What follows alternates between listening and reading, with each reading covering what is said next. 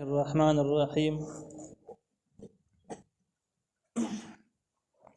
سيقول الذين أشركوا لو شاء الله ما أشركنا ولا آباؤنا ولا حرمنا من شيء كذلك كذب الذين من قبلهم حتى ذاقوا بأسنا قل هل عندكم من علم فتخرجوه لنا إن تتبعون إلا الظن وإن أنتم إلا تخرصون. سورة الانعام 148 نمبر آیت. په دې آیات کې د مشرکانو د خپل شرک او د کفر د پاره او د ځان یو شی حلالول او یو شی حرامول د هغې دپاره یو خود ساخته منګړت دلیل به وایو چې په دغه دلیل باندې بیا ډېر خلک خطا کاوه. دې ځای کې به د کافرانو دغه دلیل ذکر شي او د هغه دلیل به درې جوابونه وشي، درې تفصیلي جوابونه به وشي. الله تعالی وایي سيقول الذين اشركوا، زرد چې وبوایي هغه کسان چې مشرکان دي. سيقول معنا دا ده، سيقول دا په پیل مستقبل باندې داخليږي، معنا دا ده چې زرد چې وبوایي یعنی ویلی لا نه دي خو وایي به چې خبره شوي نه او الله تعالی خبر ورکړي چې داسې به کېږي او داسې به ویلی کېږي. دې ته پیشنګویي ویلی کېږي، د مخکې نه خبردارې پیشنګویي. نو دې ځای کې پیشنګویي وشوه چې داسې به کېږي. دا پیشنګویي بس تر زخرف کې بیا واقع شو، هلته کې د اعتراضونه وشو. الله تعالی را دوی د احوالو نه چونکې د مخکې نه خبرو نو د دوی هغه اعتراض چې په ذهن کې نیولی و، د هغه اعتراض او د هغې درې جوابونه یې د مخکې نازل کړه د اسمان نه چې دوی کله اعتراض کوي جواب یې د مخکې نه خلکو په ذهن کې موجود دي چې بالکل رسوخ پیدا نه کړي، خلک خطا نه کړي. الله تعالی وایي سيقول الذین، زر د جواب وایي هغه کسان اشرکو چې مشرکان دي. لو شاء الله ما اشرکنا، کله الله خو خوین موږ به شرک نه وی کړی، ولا آباؤنا نه زموږ پلارانو کړی وی، ولا حرمنا من شیء نه به موږ ځان حرام کړی وی یو شی. د دې حاصل دا دی چې الله تعالی زموږ د شرک خوښ نه وي، زموږ د ځان نه حرامول او حلالول یې خوښ نه وي. نو ټول نظام د الله تعالی په اختیار او کنټرول کې دی او دا کارونه د الله تعالی بدې شوې، نو موږ به مجبوره کړي وای دې ته چې زم به خوله باندې به د شرک خبرې نه راتلې، زم په ذهن کې به نه راتلې، زم په زړه کې به نه راتلې. دا ذهن مازغه زړه ژبه به دې باندې به مجبوره کړي وای چې د شرک خبرې به نه کولی شوې او نه به هغې دپاره سوچ کولی شوې. دا د مشرکانو دلیل شو. ول چې موږ شرک کوو نو معلومېږي دا زموږ د شرک د الله تعالی خوښ دی، ځکه موږ کوو د الله تعالی په اختیار او الله تعالی په رضا کې دا شرک داخل دی. نو دې ځای کې د دوی د اعتراض د تردید دپاره تاسو دومره زده کړئ چې الله تعالی انسان له اختیار ورکړی دی، د ښو کارونو هم د بدو کارونو هم. او ورته ویلي دي فمن شاء فلیؤمن ومن شاء فلیکفر انا اعتدنا للظالمین نارا. دې مخلوق ته اختیار ورکړی دی که څوک ایمان نه وړي که څوک کفر کوي. دا ایمان راوړل هم په اختیار کې دي او دا کفر کول هم په خپل اختیار کې دي، کولی شي. خو دومره خبره ده چې کفر یې کاو نو کفر مې ولې خوښ نه دی، بیا زه ظالمان خلک اورته اچوم کافران بیا پرېږدم نه. نو دې کافرانو د اختیار نه تعبیر په رضا سره کاو چې دا کار د الله تعالی خوښ دی. اختیار ټکی پکې نه استعمالوو چې انسانانو له الله تعالی اختیار ورکړلی، ول اختیار یې نه دی ورکړی، اختیار پکې نشته. کم کارونه چې انسانان کوي د الله تعالی خوښ دی ځکه انسانان کوي. دا د کافرانو اعتراض شو او د خپل شرک دپاره منګړت دلیل شو. الله تعالی یو جواب په دې اول سره کوي کذلک کذب الذین من قبلهم حتى ذاقوا بأسنا. یو جواب دا شو چې دغه شان کې کذب الذین نسبت د دروغ کړي او هغه کسانو من قبلهم چې د دوی نه مخکې دي. څنګه د موجوده کافران نبی علیه السلام نه مني او هغه ته دروغ نسبت کوي چې دا دروغجن دی، د دې نه مخکې دغه شان کې نور کافران هم تېر شوي دي، د خپل زمانې پیغمبرانو ته د دروغ نسبت کړي د هغې منلي نه دي. نو چې ویې نه منل بیا څه چل وشو حتی ذاقوا بأسنا، تر دې چې ویې څکو عذاب زموږ عذابونه پرې راغلو. نو ګوره که ستاسو د کافرانو که ستاسو د دلیل صحیح وي چې کم کارونه انسان کوي دا د الله تعالی خوښې ځکه کوي او چې خوښې نه وي نو هغه انسان نشي کولی، تاسو دا خبره کوئ. نو ستاسو نه مخکې دومره کافران تېر شوي دي، د پیغمبرانو دشمنان تېر شوي دي او لوی لوی عذابونه پرې راغلي او هلاک کړي دي، تاسې یې منئ چې هلاک شوي دي. نو هلته کې تاسو بس جواب کوئ چې دغه کفر چې دوی کړی دی نو دا د الله تعالی خوښ نه وی نو نه به یې کړی، داسې خبره ده. او دا چې دغه کفر د الله تعالی ګرې خوښ نو بیا عذاب څنګه راغی؟ نو یو جواب یې وشو الزامي جواب دی چې دا خبره غلطه ده چې کفر څوک کوي نو دا به د الله تعالی خوښي او ګناونه چې څوک د بدل تعالی خو د الله تعالی نه دی خو مخکې ګناونه د قشن خلکو کړی دي او دا غین وروسته بیا عذابونه راغلي دي. نو معلومه ده چې د انساني اعمال د انسان سره اختیار دی، انسان خم کولای شي بدم کولای شي د خو کارونو ولا ثواب ورکړي او د بد کارونو با په عذاب راځي. نو یو جواب تفسیری دا شو. دویم جواب قل ورته وایا هل عندكم من علم فتخرجوه لنا، آیا شته تاسو د پاره یو علم چې تاسو زموږ لپاره راو باسي دغه خبره فتخرجوه تاسو راو باسي زموږ لپاره دغه علم. دا دویم دلیل شو. دویم دلیل دا دی چې تاسو عقلي دلیل خو منګړت ثابت شو، تاسو ته خپل پاتره تاسو مخکې کوپر شوی دی عذابونه به راغلي دي. نو دینه معلومیږي دا چې د انسان کفر د الله تعالی خو نه دی او د انسان په اختیار کې د انسان کې د الله تعالی ور خو نه دی. دا خبره خو عقلاً موږ ثابت کړه. اوس تاسو د پاره لار شته چې تاسو یو نقلي دلیل پیش کړئ، د آسماني کتاب حواله ورکړئ، تورات حواله ورکړئ، د انجیل حواله ورکړئ، د زبور حواله ورکړئ، د آسماني صحیفو حواله ورکړئ، د پیغمبرانو د تاریخ او د سیرت حواله ورکړي چې یاره دې پیغمبر ویلي دي په پلانې کتاب کې موجود دي، په دې آسماني کتاب کې موجود دي. داسې یو نقلي دلیل تاسو پیش کړئ چې هغه کې اگر شریعت نقلي په نقل سره تاسو دلیل پیش کړئ. نو الله تعالی وایي چې دغه دلیل هم تاسو سره شته نه، نقلي دلیل در سره هم نشته، عقلي دلیل هم منګړت، نقلي دلیل در سره هم نشته. نو بیا حاصل څه شو؟ ان تتبعون الا الظن، چې عقلي دلیل هم باطل، نقلي دلیل سره هم نشته دی. انجام دا شو تاسو تابعداري کوي. ان تتبعون تاسو تابعداري نه کوي الا الظن مگر د ګمانونو کوي، د اټکل دروغ دي چې زمونږ د کوبر د الله تعالی خوښ دی او د الله خوښ نه وي نو به کولای نه شوي. دا اټکلي ویناګانې دي او دا تش ګمانونه دي، د هیڅ شرعي دلیل نه دی.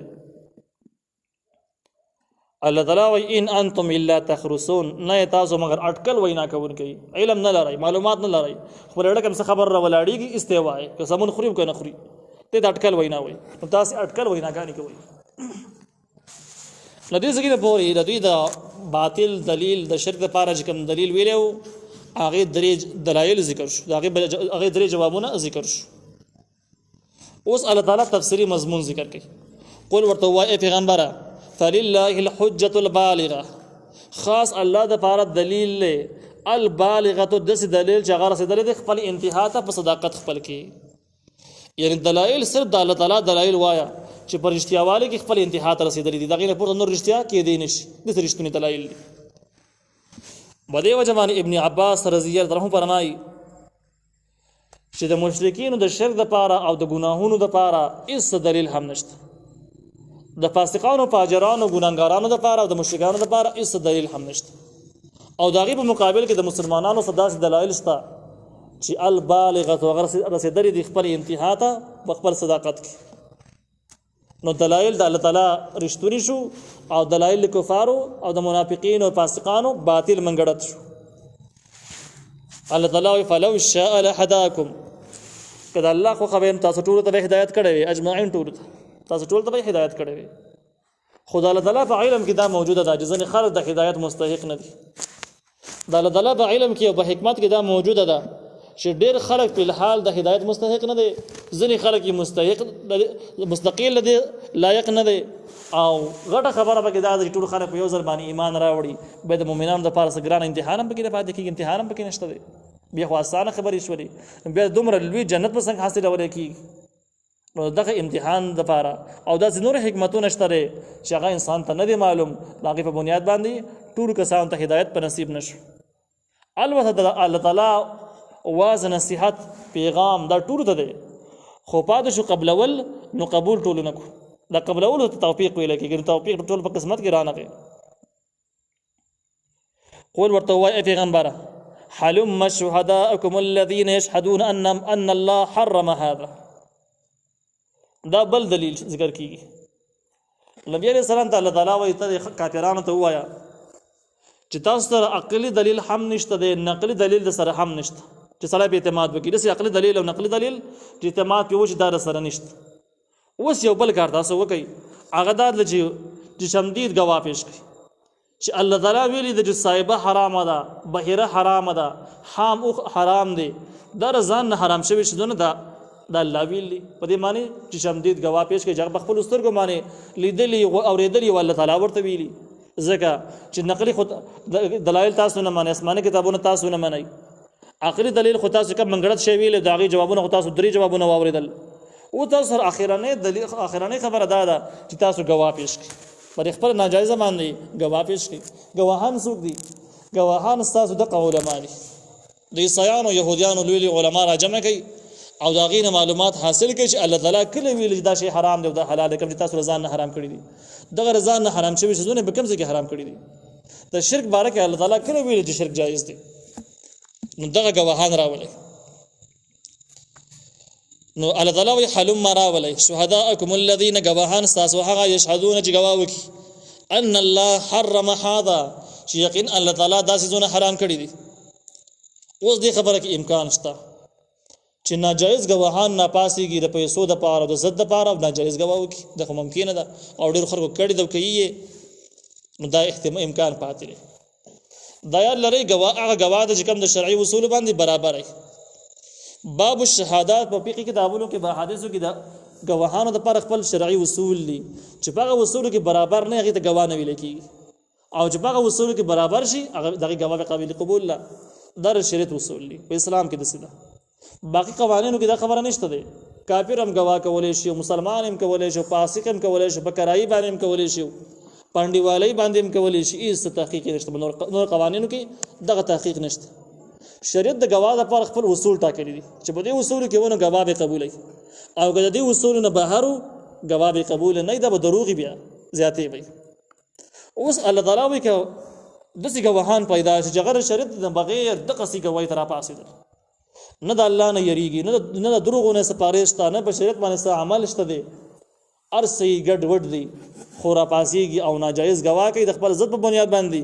نو الله تعالی د هغه جواب کوي فإن شهدوا قد خلق گواہی وکړه، ناجایز گواہی وکړه، حقيقي گواه خو نشي کولای، خو ناجایز گواه وکړي. نو که ناجایز گواہی وکړه الله تعالی نبی عليه السلام ته وی فلا تشهد معهم، تب گواه نه کې ردوي سره، تب گواه کې وسره، نو دا دروغ او دغه گواهانی به ناجایز باطل وي، او دغه گواهانی بل څه بنیاد باندې د خواهشات په بنیاد باندې د نبی عليه السلام سره دښمنی ده، بس نو حقایق باندې مبني گواه نه ده.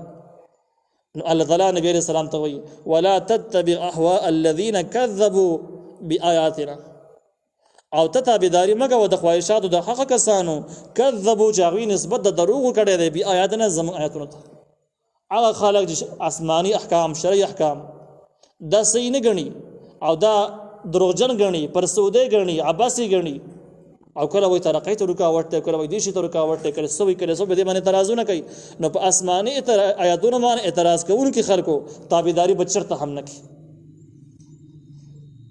والذین لا یؤمنون بالآخرة وهم بربهم يعدلون، هغه کسان چې هغه ایمان نه لري په آخرت باندې د خپل رب سره نور شیزونه برابرای. دا د کفر د پاره د کفر غټ ارکان شو. د کفر غټ ارکان کم شیزونه دي.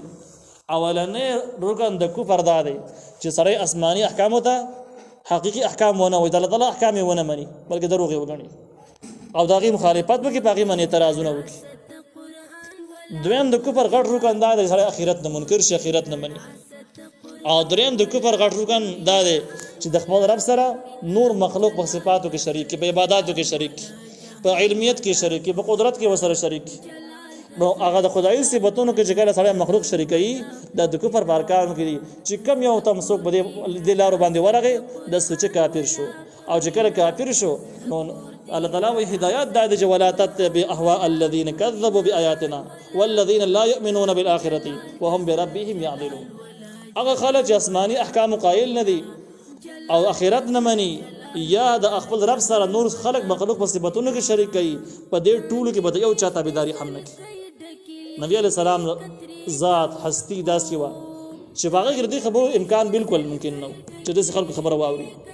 خو مفسرین لیکلي دي چې رته مخاطب اگر چې نبی علیہ السلام دی، خدا تعلیم د ټول امت د امت تاسو بر د خلکو خبري چرته هم نه اوري چې هغه آسماني شریعت قائل نه، هغه د اخرت د ورځې قائل نه، یا د آسماني احکام مني، اخرت مني، خو د سره سره په خدای صفاتونو کې مخلوق شریک کوي، نو بده ټول کې بده یو کس خبره هم نه اوري.